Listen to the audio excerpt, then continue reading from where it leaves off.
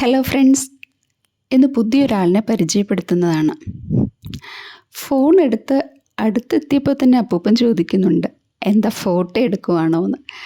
എന്നിട്ട് ചെറുതായിട്ട് സ്മൈൽ ചെയ്ത് ഫോട്ടോയ്ക്ക് പോസ് ചെയ്യുന്നുണ്ട്. ഞാൻ എന്നും രാവിലെ ജോലിക്ക് പോകാനായിട്ട് വണ്ടി വെയിറ്റ് ചെയ്ത് നിൽക്കുന്ന സ്ഥലമായത്. അങ്ങനെയാണ് എനിക്ക് അപ്പൂപ്പനെ പരിചയം. ശരിക്കും പേരെന്താണെന്നൊന്നും എനിക്കറിയില്ല.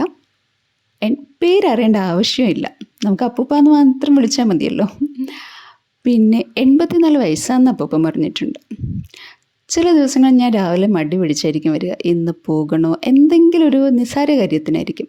പക്ഷെ രാവിലെ അപ്പൂപ്പനോട് കാണുമ്പോൾ തന്നെ നല്ല സന്തോഷം.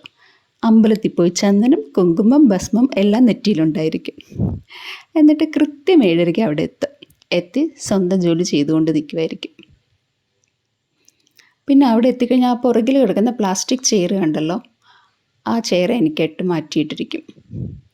ബാഗൊക്കെ ഇട്ട് വെയിറ്റും പിടിച്ച് നിൽക്കേണ്ട, അവിടെ ഇരിക്കാൻ പറയും.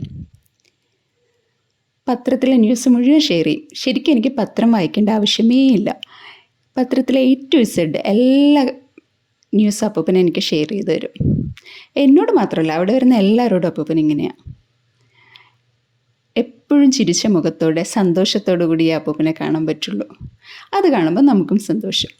അപ്പോൾ അത്രയേ ഉള്ളൂ.